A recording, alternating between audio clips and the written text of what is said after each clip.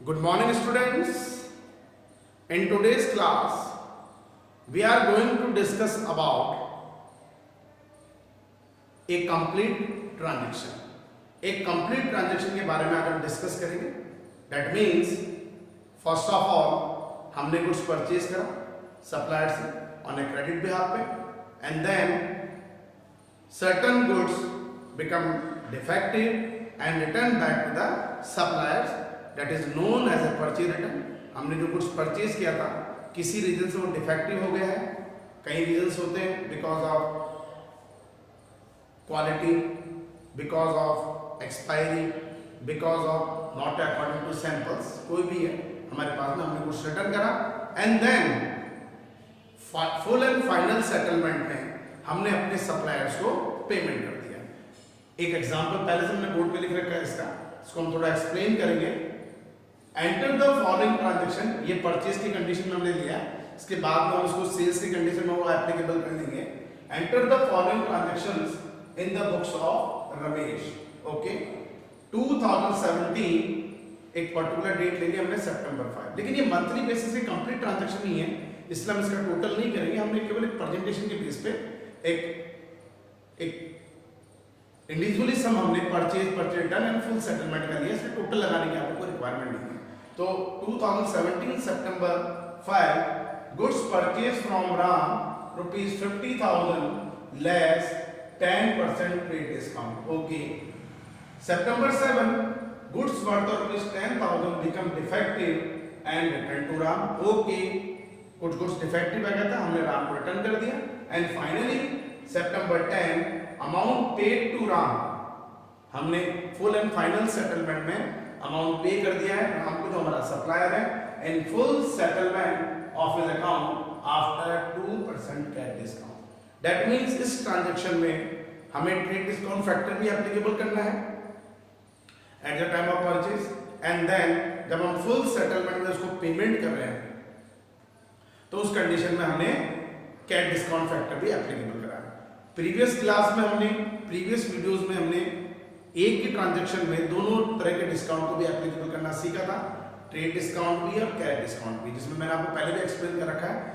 अगर दोनों डिस्काउंट एक साथ अगर एक सम में इंप्लीमेंट हो रहे हैं तो first of all we adjust trade discount and then on net transaction amount, listen carefully, on net transaction amount we calculate cash discount.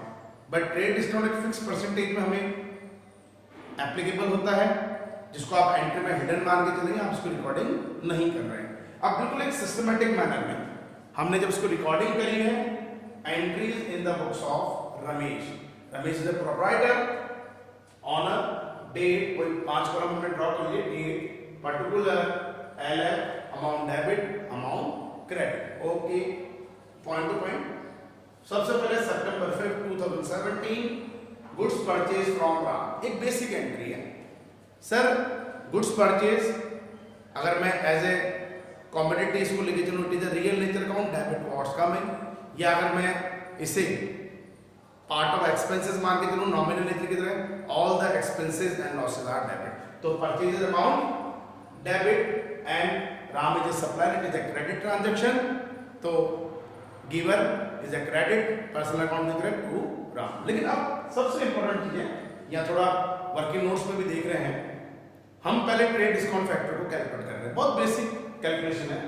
Total transaction amount is 50,000 और ट्रेड डिस्काउंट एप्लीकेबल हो रहा है 10%. Okay, 50,000 का जब आप 10% calculate करते हैं तो ये ₹5,000 आ गया.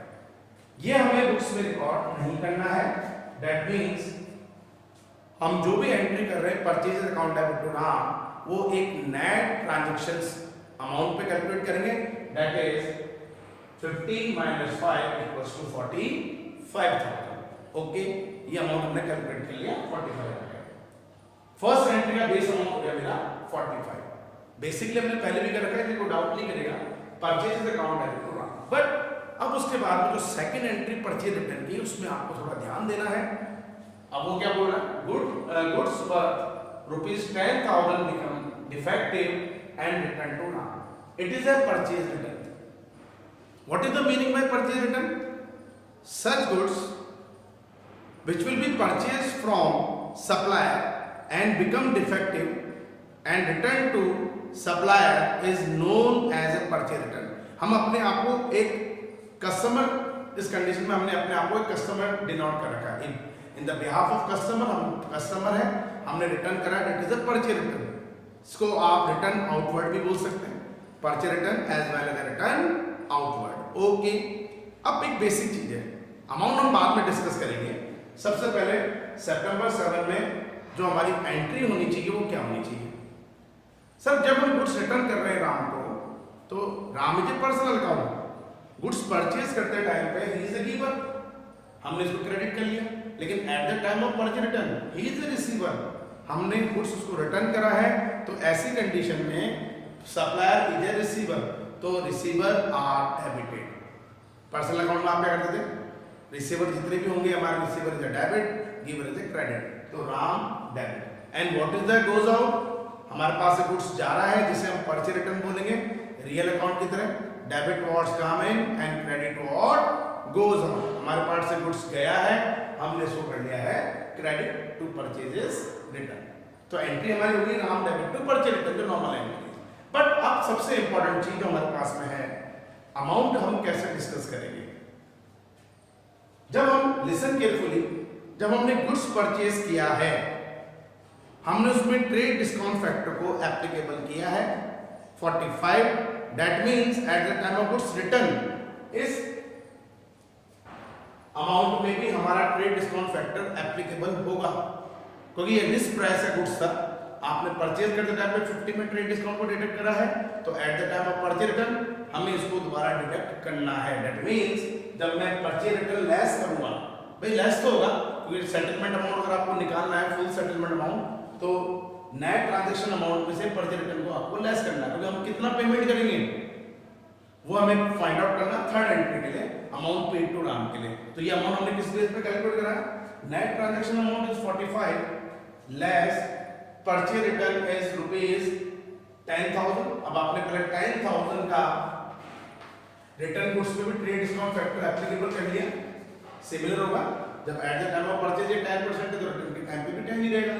तो 10% हमारे पास अगर आ रहा है तो दैट इज रुपीज 1,000. तो हम गुड्स जो रिटर्न करेंगे, जब आप एंट्री बनाएंगे परचेज रिटर्न की, Ram debit to purchase return, उसमें 10,000 रिकॉर्ड नहीं करेंगे. आपको परचेज रिटर्न में भी deducting after trade discount, that is 10,000 minus 1,000, it is a trade discount less कर दिया.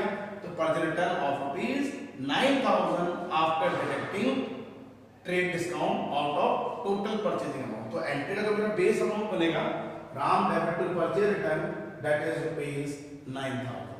ओके, ये हमने क्लियर कर लिया.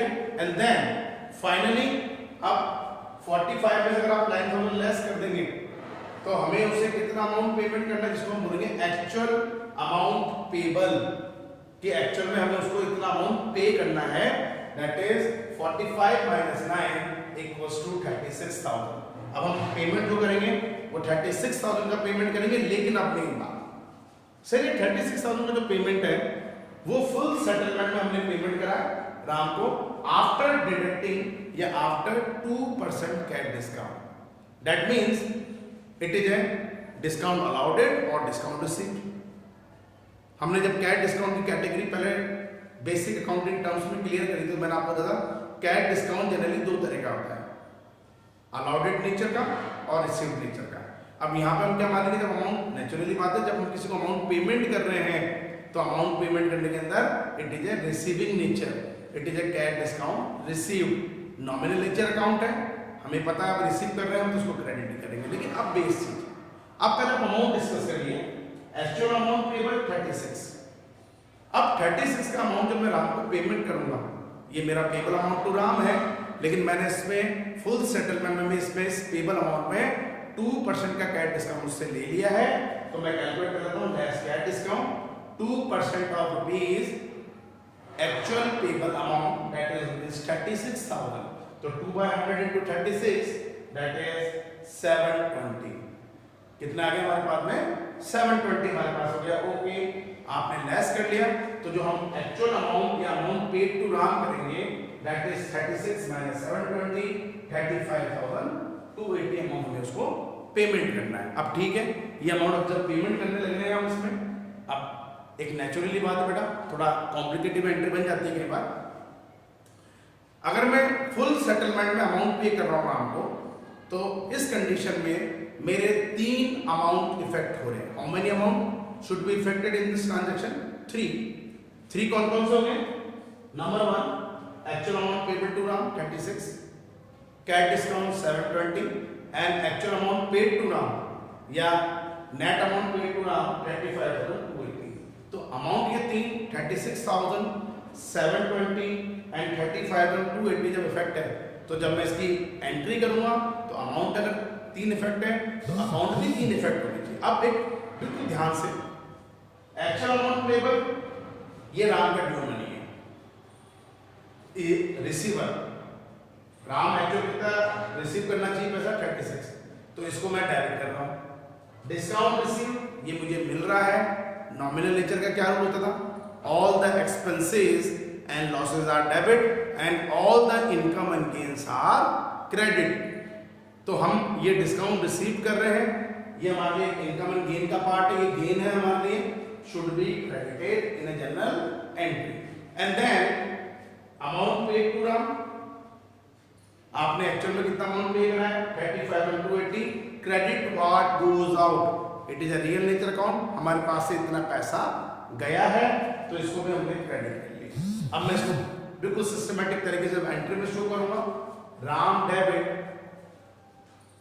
Actual due to him 36 to cash account 35,280 and to discount received that is ₹720।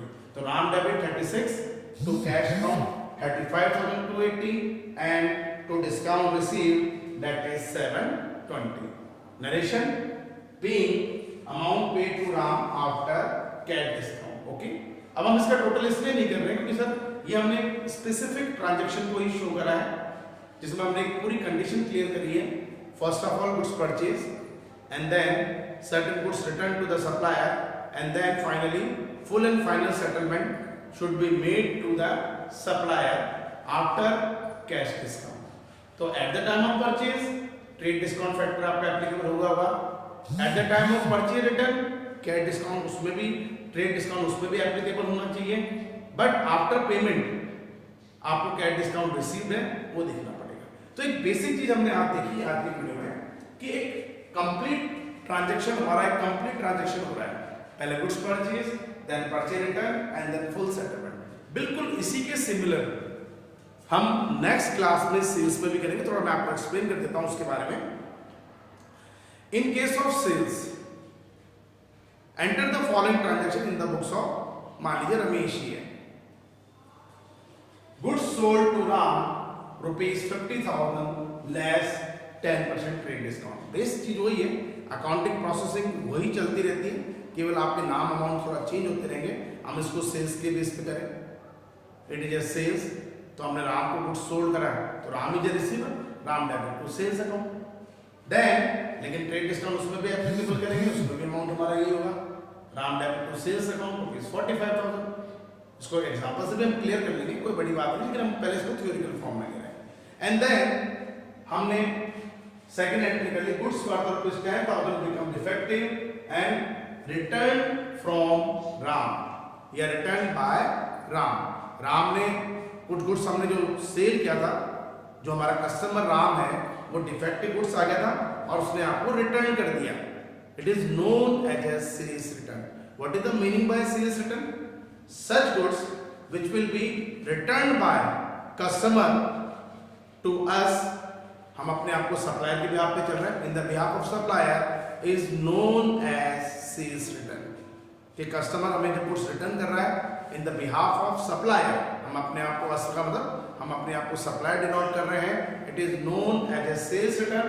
It is also known as a return inward.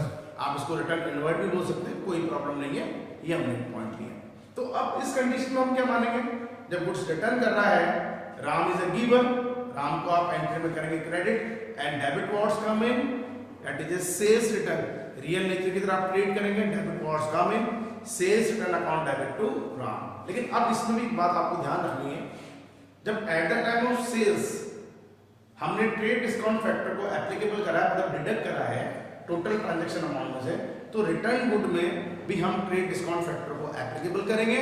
That means trade discount इसमें भी आपको less करना पड़ेगा और नेट ट्रांजैक्शन पे आपको एंट्री लेनी पड़ेगी। तो entry sales return debit to Ram, being goods return by Ram after या less trade discount. And final settlement, अब वही अमाउंट रिसीव्ड फ्रॉम राम, मैंने इसी एग्जांपल को थोड़ा चेंज कर दिया, amount received from Ram in full settlement of his account after 2% cash discount, same वही का वही है। Total transaction net transaction amount जो आया था हमारा, पहले टोटल ट्रांजैक्शन में आपने ट्रेड डिस्काउंट को लेस करा, हमने कैलकुलेट कर लिया नेट ट्रांजैक्शन अमाउंट, उसमें से आपने सेल्स रिटर्न को माइनस कर दिया, हमारे पास आ गया एक्चुअल अमाउंट रिसीवेबल, जो हम नेक्स्ट वीडियो में भी प्रैक्टिकल करेंगे।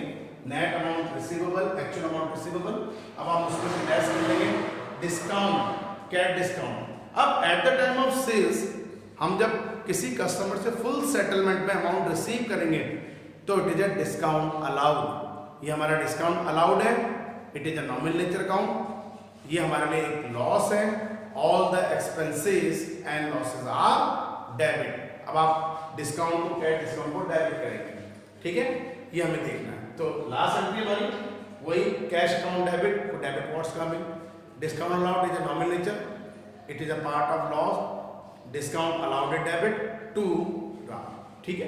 तो कल नेक्स्ट वीडियो में हम इसे एक प्रैक्टिकल फॉर्म में इंप्लीमेंट करेंगे, उसके बाद में ये टॉपिक बना है कंप्लीट हमारा टॉपिक होता है at the time of purchase, purchase return and full settlement amount paid at the time of sales, then sales return and उसके बाद में हमारे पास में फुल सेटलमेंट अमाउंट रिसीव करा है, एक कंप्लीट ट्रांजैक्शन होता है। लेकिन मंथली बेसिस पे ये आपको एंट्रीज में अलग अलग डेट में मिलेगा, तो आपको सीक्वल नहीं करना इसका, अकॉर्डिंग टू डेट वाइज चलना पड़ेगा, जिसमें आप टोटल सीएफ भी करेंगे, नेक्स्ट पेज में इसको टोटल बीएफ भी करेंगे, इस तरीके से।